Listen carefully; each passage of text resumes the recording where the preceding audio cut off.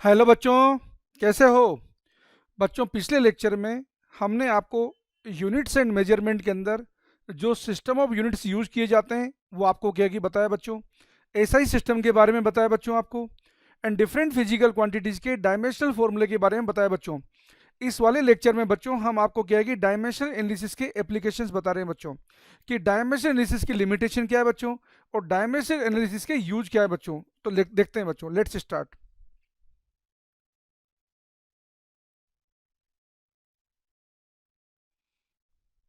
Usage of dimensional analysis. Uses of dimensional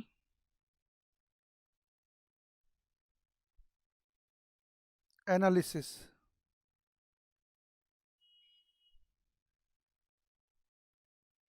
हम बता रहे हैं बच्चों आपको क्या है कि डायमेंशनल एनालिसिस के यूज क्या है।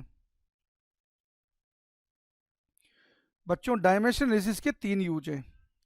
पहला यूज है, इस डायमेंशनल एनालिसिस की हेल्प से हम कोई फिजिकल क्वांटिटी की वैल्यू को एक सिस्टम ऑफ यूनिट से दूसरे सिस्टम ऑफ यूनिट में हम चेंज कर सकते हैं, ट्रांसफर कर सकते हैं। तो पहला यूज है बच्चों, to change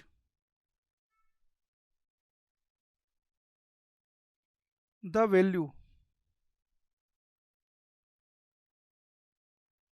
of a physical quantity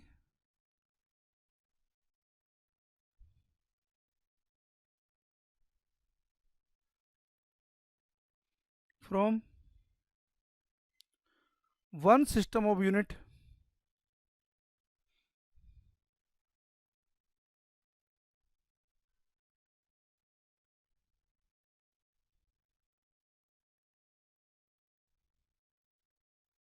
to another system of unit.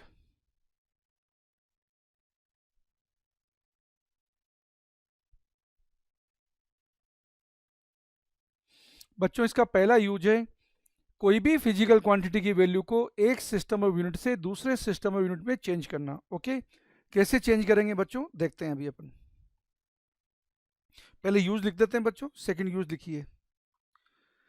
Dimensional analysis की हेल्प से बच्चों हम कोई फिजिकल इक्वेशन की वैलिडिटी को चेक कर सकते हैं डायमेंशनल पॉइंट ऑफ व्यू से।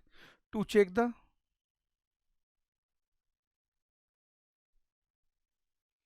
Validity of a given physical equation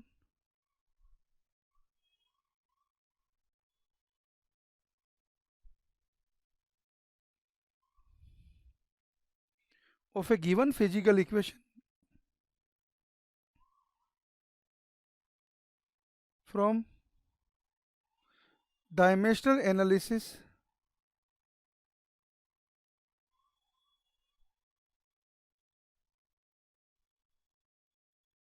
point of view.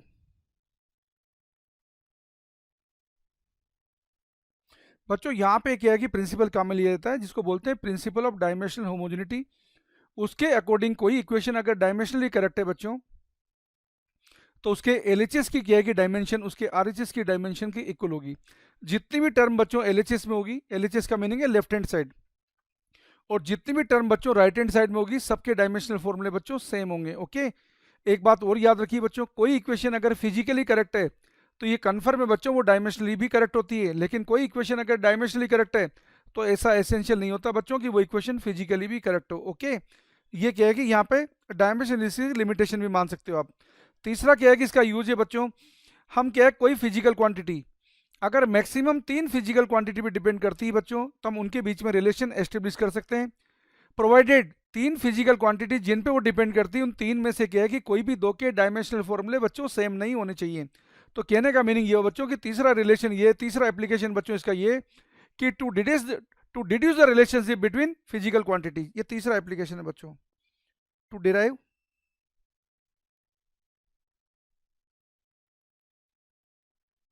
The relation,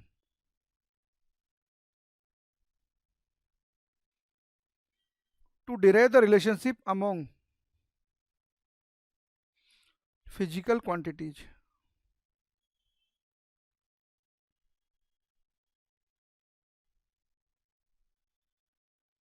वो अलग बात है कि क्या है कि एक्सप्रेशन को डिराइव करने के अंदर कई सारी लिमिटेशन है।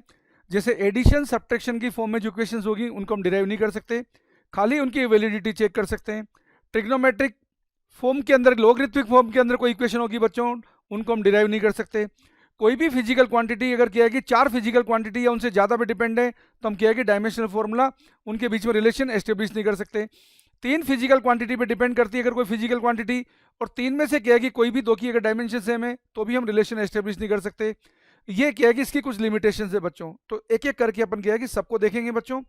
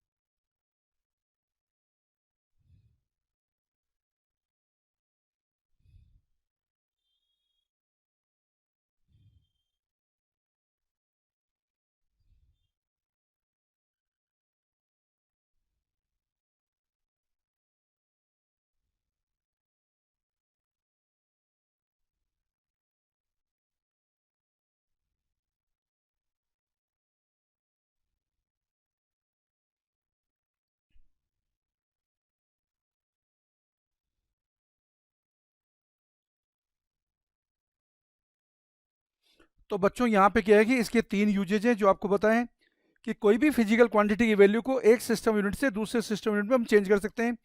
कोई भी फिजिकल फॉर्मूला जो है इसको डायमेंशनली हम चेक कर सकते हैं बच्चों की फॉर्मूला सही है गलत, और साथ में बच्चों क्या है कि हम रिलेशन एस्टेब्लिश कर सकते हैं। एक एक करके बच्चों सब चीज़ों को देखते हैं हम।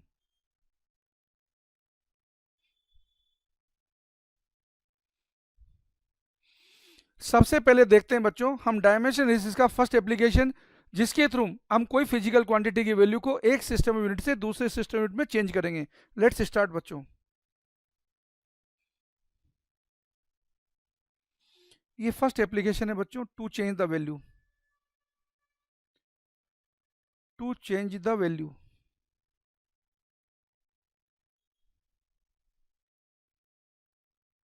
Of a physical quantity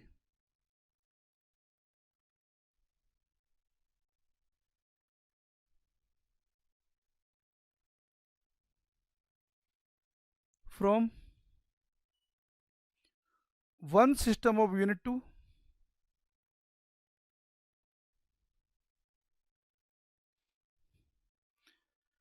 another system of unit।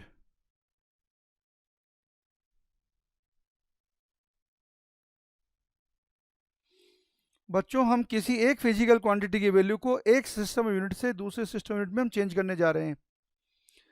याद रखना बच्चों, जो डायमेंशन होती है किसी फिजिकल क्वांटिटी की, वो सिस्टम यूनिट के चेंज होने से चेंज नहीं होती बच्चों। डायमेंशन हमेशा क्या है कि किसी फिजिकल क्वांटिटी की सभी सिस्टम यूनिट में क्या है कि बच्चों सेम होती है। ओके, तो यहाँ पे क्या है कि बच्चों ये हमारे दो सिस्टम यूनिट में बच्चों, फर्स्ट सिस्टम एंड ये सेकेंड सिस्टम। मान लीजिए बच्चों कोई फिजिकल क्वांटिटी हमारे पास क्यू है, जिसकी फर्स्ट सिस्टम यूनिट में क्या है कि नंबर है बच्चों n1, सेकंड में क्या है कि उसका नंबर n2 है बच्चों।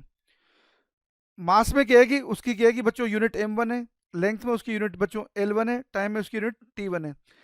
मास में बच्चों सेकंड सिस्टम यूनिट में यूनिट m2 है, लेंथ में यूनिट l2 बच्चों, टाइम में यूनिट उसकी t2 है। फिजिकल क्वांटिटी का नाम बच्चों यहाँ पे u1 है, इस पे फिजिकल क्वांटिटी का नाम बच्चों u2 है। ये फर्स्ट क्वांटिटी की यूनिट है, ये सेकंड क्वांटिटी की, फर्स्ट सिस्टम यूनिट में यूनिट है, ये सेकंड में यूनिट है। तो आपको क्या बता रखा है बच्चों, अगर कोई फिजिकल क्वांटिटी क्या है कि बच्चों डायमेंशन हम बता रहे हैं बच्चों फिजिकल क्वांटिटी की, मास में a है, लेंथ में b है एंड टाइम में c है बच्चों। कोई भी फिजिकल क्वांटिटी की वैल्यू बच्चों सभी सिस्टम यूनिट में क्या होती है बच्चों, सेम होती है। तो यहाँ पे n1 u1 इक्वल टू क्या रहेगा बच्चों, n2 u2। तो हम क्या लिख सकते हैं बच्चों, u1 को लिख सकते हैं बच्चों m1a l1b t1c। यहाँ पे बच्चों क्या है कि a b c क्या है, जो गिवन फिजिकल क्वांटिटी है उसकी क्या है कि मास, लेंथ एंड टाइम में डायमेंशन है। इसी तरीके से बच्चों हम लिख सकते हैं N two into U two. U two को लिख देंगे बच्चों M two into A, M two power A, L two power B and T two power C. जैसा आपको बताया कि डायमेंशन कभी भी क्या है कि सिस्टम यूनिट चेंज होने से चेंज नहीं होती। तो यहाँ से बच्चों हमें एन टू की वैल्यू मिल जाएगी। एन टू मिलेगा बच्चों N one, M one upon M two power A, L one upon L two power B, T one upon T two power C.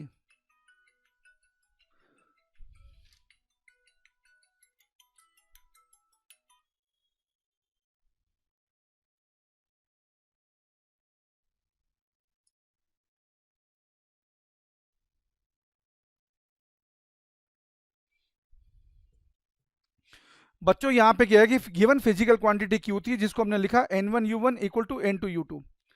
N1 into लिखा बच्चों M1 power A, L1 power B, T1 power C equal to लिखा बच्चों N2 M2 power A, L2 power B, T2 power C।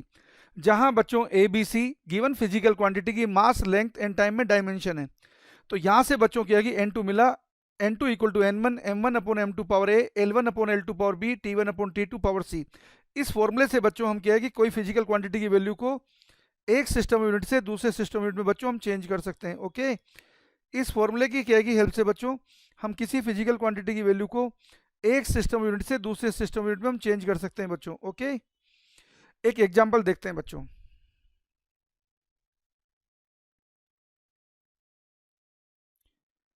देखो बच्चों, universal gravitational constant जिसकी SI system में क्या है कि बच्चों वैल्यू होती है 6.67 into 10⁻11 newton metre square upon kilogram square. इसको हम क्या है कि सीजीएस सिस्टम में चेंज करना चाहते हैं बच्चों। कैपिटल जी, जिसको बोलते हैं universal gravitational constant. SI system में बच्चों इसकी यूनिट होती है 6.67 into 10⁻11 newton metre square upon kilogram square. ये बात है बच्चों एम के सिस्टम में।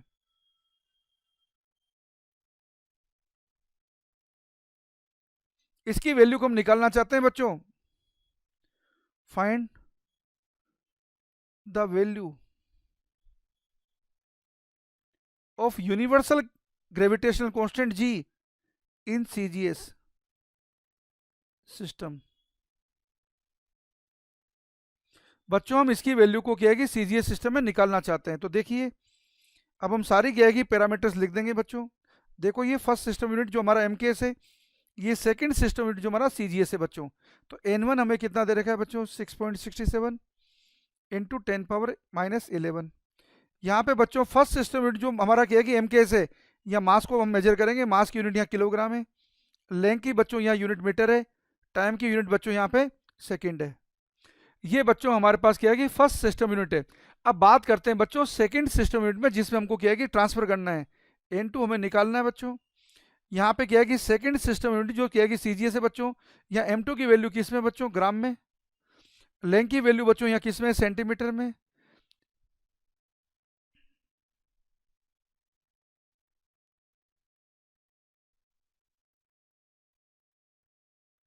और टाइम की वैल्यू तो बच्चों क्या है कि यहाँ भी सेकंड में ही है। अब हम हमारा फॉर्मूला यूज कर रहे हैं बच्चों, जिससे हम क्या है कि फर्स्ट सिस्टम यूनिट से सेकंड सिस्टम यूनिट में हमारी वैल्यू को ट्रांसफर कर सकें। लेट्स स्टार्ट बच्चों। और साथ में ग्रेविटेशनल कांस्टेंट जो होता है बच्चों, इसका डायमेंशनल फॉर्मूला होता है m⁻⁻1 l⁻3 t⁻⁻2।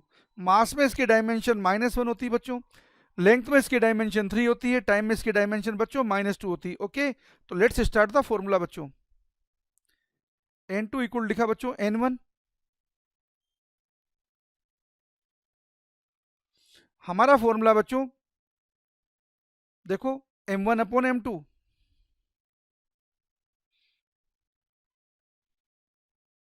Power A, L1 upon L2 power B, T1 upon T2 power C। बच्चों मास में डायमेंशन कितनी इसकी, -1।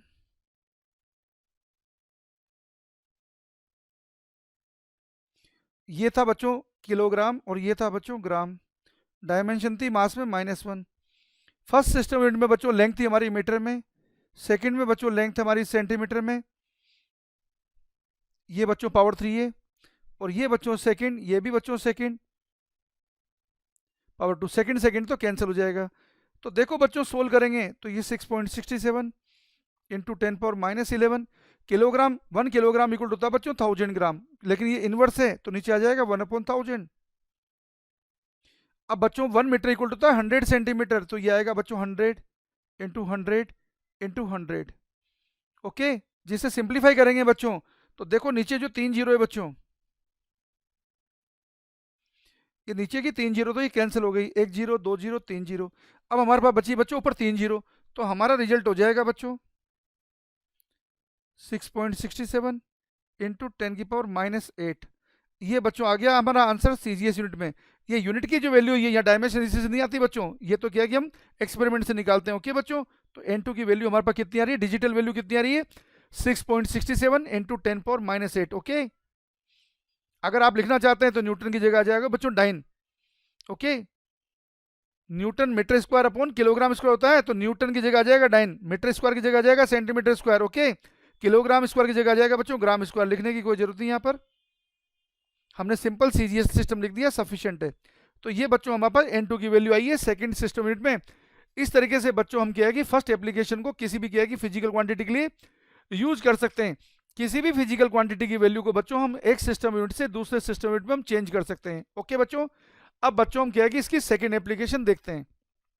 सेकंड एप्लीकेशन में हमको बताया गया था कि कोई भी क्या है कि जो फिजिकल फॉर्मूला दिया है उसकी डायमेंशनल वैलिडिटी हम चेक कर सकते हैं बच्चों। और डायमेंशनल वैलिडिटी चेक करने के लिए यहाँ पे एक फॉर्मूला होता है बच्चों जिसको बोलते हैं principle of dimensional homogeneity. So let's start with the second application, principle of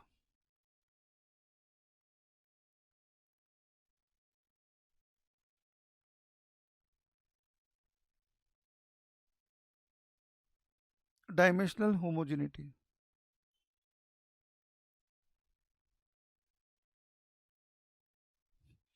बच्चों बात कर रहे हैं प्रिंसिपल ऑफ डायमेंशनल होमोजेनिटी के बारे में। ये प्रिंसिपल बच्चों ये बताता है कि कोई भी फिजिकल इक्वेशन अगर क्या है कि कोई भी फिजिकल इक्वेशन की वैलिडिटी हम चेक करना चाहते हैं बच्चों, तो dimension of each and every term in the equation on left hand side must be equal to dimension of each and every term on right hand side. Okay, for any equation to be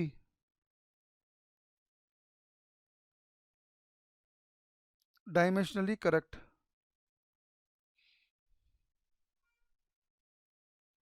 then dimension of LHS, और LHS में हर term equal to होना चाहिए बच्चों dimension of RHS, इसमें बच्चों हर term, इसे बोलते हैं बच्चों प्रिंसिपल ऑफ डायमेंशनल होमोजेनिटी। इसे बोलते हैं बच्चों प्रिंसिपल ऑफ डायमेंशनल होमोजेनिटी बोलते हैं। ये बहुत ही इंपॉर्टेंट है बच्चों। अब इसको क्या है कि कैसे अप्लाई करेंगे उसका इलस्ट्रेशन देखते हैं बच्चों अपन। तो देखिए बच्चों, अगर कोई पार्टिकल बच्चों क्या है कि स्ट्रेट लाइन पाथ पे चलता है, अगर बच्चों कोई पार्टिकल स्ट्रेट लाइन पाथ पे चलता है तो उसके क्या है कि डिस्प्लेसमेंट की इक्वेशन यूनिफॉर्म एक्सेलरेटरी मोशन में ऐसे दी जाती है बच्चों।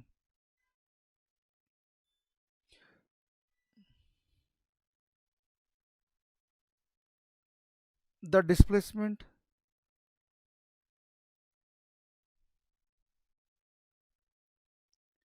Of A particle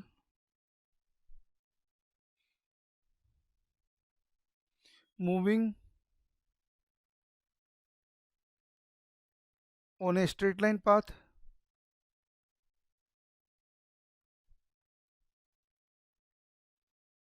under constant acceleration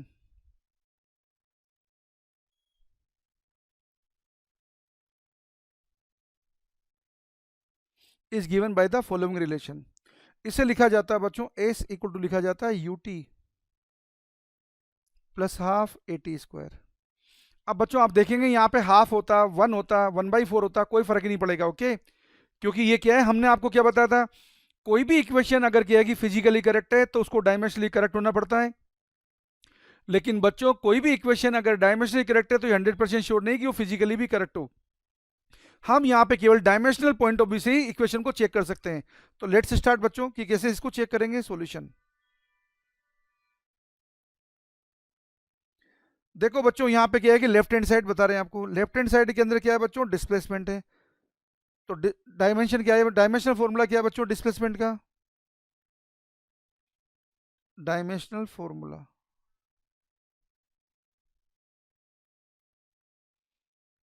for displacement, ये सबको पता है बच्चों, ये है m0 l⁻1 t⁻0।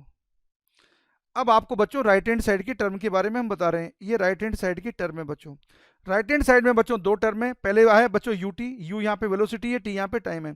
इनका डायमेंशनल फॉर्मूला क्या होगा बच्चों, ये वेलोसिटी है, वेलोसिटी का होता है बच्चों l⁻⁻1 और टाइम का तो बच्चों t होता है। तो मल्टीप्लाई करेंगे तो क्या आ रहा है बच्चों, देखो l ही आ रहा है, इसका मतलब यहाँ भी l की ही डायमेंशन आ रही है। दूसरी टर्म है बच्चों half A T square, half A T square में हाफ का कोई डायमेंशन नहीं बच्चों, एक्सेलरेशन का कितना है m⁻0 l⁻1 t⁻−2 और टी स्क्वायर का कितना आएगा बच्चों t स्क्वायर, तो यहाँ भी कितना रहा बच्चों l। तो आपने क्या देखा बच्चों यहाँ पर, dimension of each and every term on left hand side is equal to dimension of each and every term on right hand side. तो ये जो इक्वेशन देखी बच्चों, ये इक्वेशन डायमेंशनली करेक्ट है। ओके, तो आंसर क्या है बच्चों हमारा, the given equation is dimensionally correct.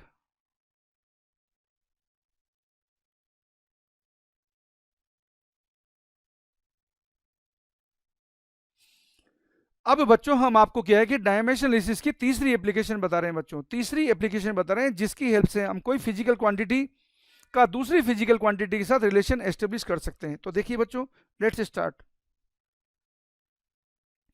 To deduce the relation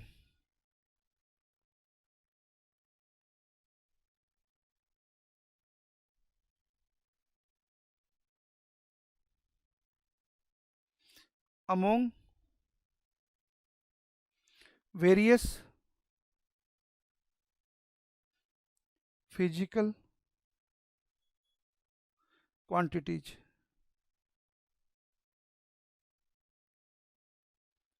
अब बच्चों क्या है कि कैसे निकालेंगे ये आपको क्या है कि बताते हैं एक एग्जांपल के साथ। मान लीजिए बच्चों, जैसे क्या है कि आपको दिया जाता है कि सिंपल पेंडुलम का जो टाइम पीरियड है बच्चों लेंथ एंड जी पे डिपेंड करता है। तो आप क्या करेंगे, देखो एग्जांपल देखिए, डायरेक्टली एग्जांपल से समझ लीजिए बच्चों। The time period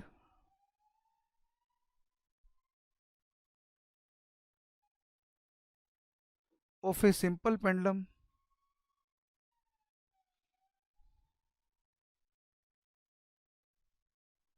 depends on its length L and acceleration due to gravity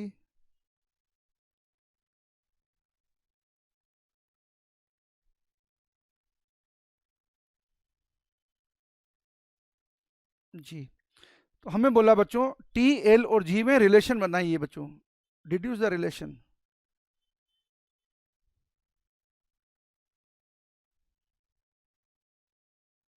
of T with L and G।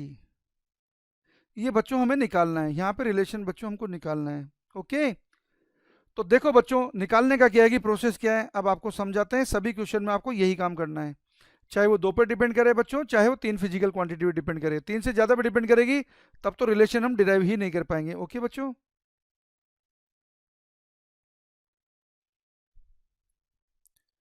तो देखो बच्चों क्या है कि क्वेश्चन का सोल्व करने का जो तरीका है वो ऐसे है बच्चों। ये फर्स्ट स्टेप है बच्चों, ये इसका सॉल्यूशन है बच्चों। टाइम पीरियड डिपेंड कर रहा है किस पर, लेंथ पर, and acceleration due to gravity पर। जिन फिजिकल क्वांटिटी पे बच्चों क्या है कि आपकी फिजिकल क्वांटिटी डिपेंड कर रही है, उन्हें इस तरीके से प्रोपोर्शनलिटी की फॉर्म में लिख दीजिए। हमने लिख दिया T proportional L power X and G power Y. एक कांस्टेंट डाल दिया बच्चों, टी इक्वल टू लिख दिया हमने K L power X and G power Y. इसको बच्चों हमने इक्वेशन नंबर 1 लिख दिया।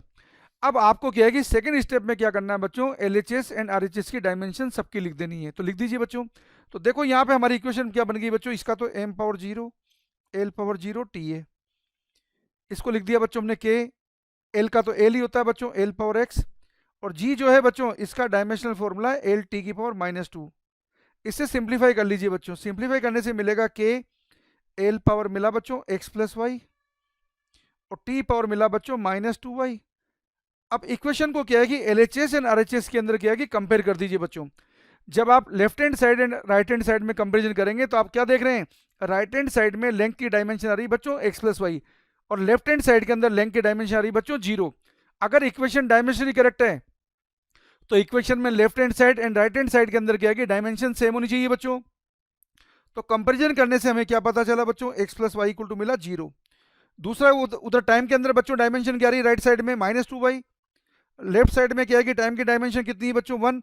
इसे सोल्व करेंगे बच्चों तो y आ रहा है हमारा -1/2। इस y की वैल्यू अगर ऊपर वाली इक्वेशन रख देंगे, इस y की value x plus Y equal to 0 में रख देंगे बच्चों, तो x आ रहा है हमारा 1/2। इन दोनों की वैल्यू बच्चों इक्वेशन 1 में रख दो तो आपको क्या मिला, देखिए बच्चों t इक्वल टू मिला बच्चों k L power x g power y की वैल्यू थी बच्चों -1/2, जिसको लिख दिया बच्चों आपने k √L/g। अब बच्चों यही हमारा रिलेशन है और यहीं तक हम गया कि डायमेंशन एनालिसिस से डिराइव कर सकते हैं बच्चों। यही हमारा रिलेशन है बच्चों, डायमेंशनल एनालिसिस की हेल्प से यहीं तक हम रिलेशन डिराइव कर सकते हैं। ये जो कांस्टेंट लिखा ना बच्चों के, इसकी वैल्यू एक्सपेरिमेंट से निकलती है, डायमेंशनल एनालिसिस से नहीं निकलती बच्चों। इसकी वैल्यू एक्सपेरिमेंट से निकलती है बच्चों 2 पाई, तो ये फॉर्मूला लिखा जाता है 2 पाई √L/g। ओके बच्चों, तो इस तरीके से आप क्या है कि कोई भी फॉर्मूले को आप डिराइव कर सकते हैं बच्चों। ओके, ये आप समझ गए बच्चों। तो बच्चों आपने किया कि डायमेंशन एनालिसिस की किया कि एप्लीकेशन देख ली है बच्चों। अब बच्चों आपको क्या है कि यहाँ पे कुछ और चीजें बच्चों यूनिट्स एंड मेजरमेंट में जिनके बारे में आपको बताते हैं। पहले आपको क्या है कि एक पैरेलैक्स मेथड के बारे में समझा रहे हैं बच्चों की पैरेलैक्स मेथड क्या होती है। देखो बच्चों क्या है कि पैरेलैक्स किसको बोलते हैं, ये एक इफेक्ट है जिसमें क्या है कि किसी पर्टिकुलर क्या है कि बॉडी को हम क्या है कि दो पॉइंट से देखते हैं बच्चों, तो हमें क्या है कि डायरेक्शन में क्या है कि डिफरेंस नजर आता है बच्चों। The effect whereby position और direction of an object appears to differ when viewed from different positions, इसको बोलते हैं बच्चों पैरेलैक्स। तो देखते हैं बच्चों पैरेलैक्स मेथड क्या है कि डिस्टेंट ऑब्जेक्ट की डिस्टेंस निकालने के काम आती है बच्चों। पैरेलैक्स मेथड डिस्टेंट ऑब्जेक्ट की डिस्टेंस निकालने के काम आती है। जैसे क्या है कि मान लो अर्थ से क्या है कि मून की आपको डिस्टेंस निकालनी बच्चों, तो यहाँ पे क्या है कि पैरेलैक्स मेथड से निकाल सकते हैं। तो लेट्स सी बच्चों पैरेलैक्स मेथड क्या चीज है, इससे क्या है कि डिस्टेंस का मेजरमेंट कैसे करते हैं, लॉन्ग डिस्टेंसेज का मेजरमेंट करने के काम आती है। लेट्स स्टार्ट बच्चों।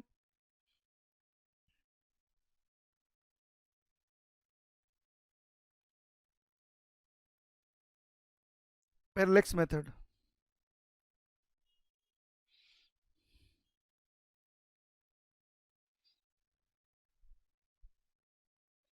यूज है बच्चों इसका to find long distances.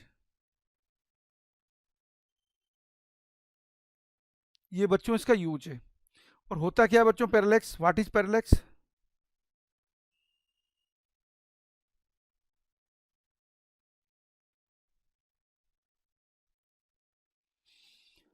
It is the effect whereby it is the effect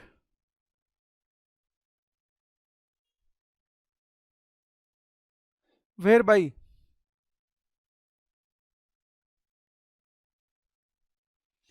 position or direction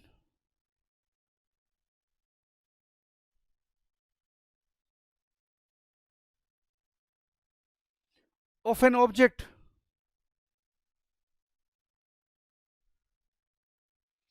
position or direction of an object appears to differ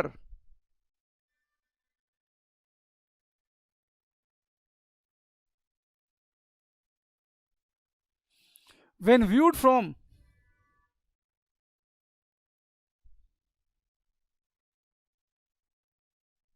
different positions।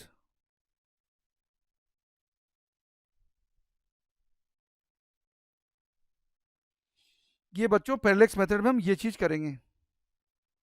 अब कैसे निकालेंगे बच्चों इसकी हेल्प से, वो आपको बताते हैं।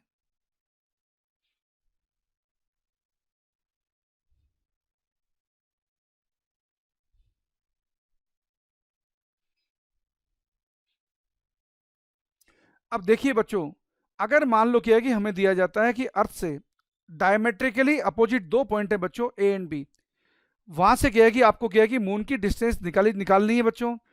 और हमें क्या है कि क्वेश्चन दे रखा है जब डायमेट्रिकली अपोजिट पॉइंट से क्या है कि हम क्या है कि मून को देखते हैं, तो मून के क्या है कि पोजीशन पर, मून की पोजीशन पर क्या है कि बच्चों एंगल सबटेंड होता है 1 डिग्री 54 मिनट, और अर्थ का डायमीटर दिया बच्चों 1.276 इंटू 10⁻7 मीटर। तो आपको पूछा है बच्चों अर्थ से मून की क्या है कि डिस्टेंस कितनी बच्चों, लेट्स सी बच्चों।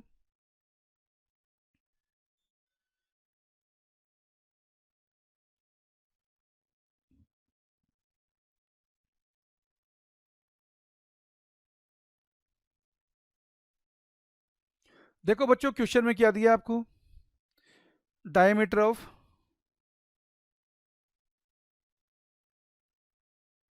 आपको दिया बच्चों डायमीटर ऑफ अर्थ दिया है,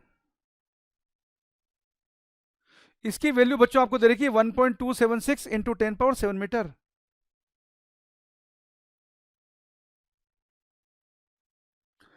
साथ में आपको दे रखा है बच्चों जब हमने किया है कि मून को, ये अर्थ पर क्या है कि दो डायमेट्रिकली अपोजिट पॉइंट है बच्चों ए एंड बी, जब यहां से हम व्यू कर रहे हैं, ये हमारी अर्थ है बच्चों, इसे बच्चों बोला जाता है बेसिस, इसे बोला जाता है बच्चों बेसिस। तो अर्थ मून की पोजीशन पर, ये मून है बच्चों, तो मून की पोजीशन पे बच्चों एंगल सबटेंड हो रहा है यहां पर, ये आपको क्वेश्चन दे रखा है 1 डिग्री 54 मिनट। आपको पूछा बच्चों ये डिस्टेंस कैपिटल डी कितनी बच्चों, ये आपको क्वेश्चन में पूछा है, find the distance of earth from moon, ये आपको पूछा है बच्चों। बच्चों क्या है कि सॉल्यूशन देखिए,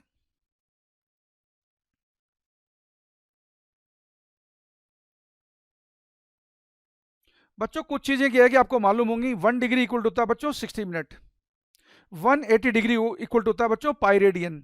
तो यहां से बच्चों 1.9 डिग्री को आप चेंज कर लीजिए, 1.9 डिग्री को चेंज करेंगे बच्चों तो यह आएगा 1.9 इंटू पाई अपॉन 180। 1.9 डिग्री कैसे आया बच्चों, जो 1 डिग्री 54 मिनट है ना, 1 डिग्री 54 मिनट को जब आप चेंज करेंगे बच्चों तो यह आएगा 1.9 डिग्री। कैसे आएगा, 1 डिग्री इक्वल होता है बच्चों 60 minute, okay, and 180 degree equal होता है पाई रेडियन। यहां से चेंज कर लिया बच्चों तो ये रेडियन में वैल्यू आएगी, इसको सोल्व करेंगे तो 0.0331 ये वैल्यू बच्चों रेडियन में आएगी, ओके। और क्वेश्चन में बच्चों आपको क्या दे रखा है, जो डी था ना ये बी से बहुत बड़ा है बच्चों, तो हम लिख सकते हैं बच्चों angle equal to arc upon radius,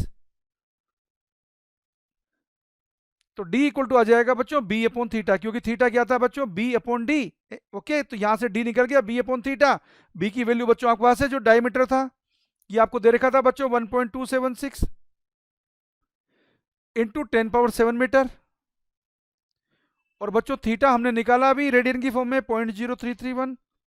इसे सोल्व करेंगे बच्चों तो ये वैल्यू हमारे पास आएगी बच्चों 38.54 इंटू 10⁻7 मीटर, ये वैल्यू आएगी बच्चों 38.54 इंटू 10⁻7 मीटर। तो इस तरीके से बच्चों हम क्या है कि किसी डिस्टेंट ऑब्जेक्ट की क्या है कि डिस्टेंस निकाल सकते हैं बच्चों पैरेलैक्स मेथड से, ओके। तो ये आपको क्या है कि क्लियर हो गया होगा।